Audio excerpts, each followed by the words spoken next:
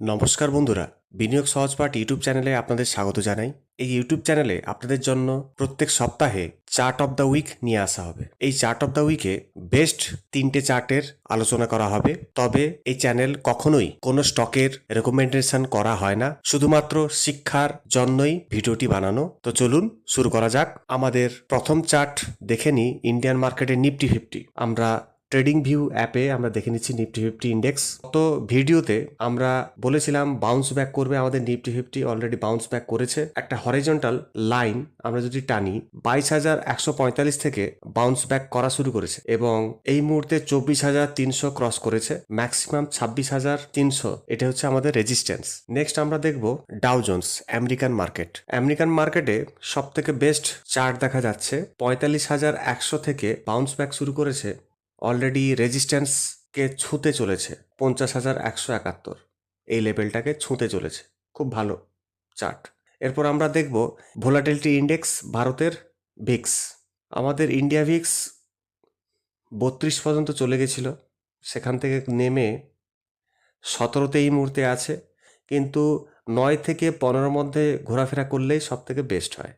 আমরা horizontal line দিয়ে আমরা দেখে নিচ্ছি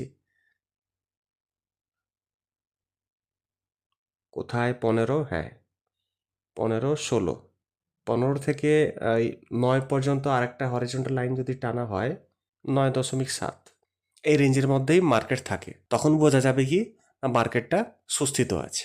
এবার আমরা থার্ড নাম্বার চার্ট দেখতে চলেছি। স্টকটির নাম হচ্ছে ক্রিসিল।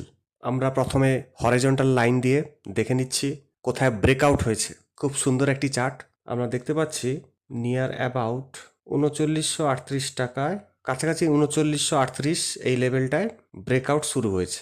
নেক্সট রেজিস্ট্যান্সকে পার করবে 4370 এই লেভেল। এরপর আমরা ইন্ডিকেটারে যাই, RSI relative strength index. Clearly দেখা যাচ্ছে একটা স্পাইক হয়েছে।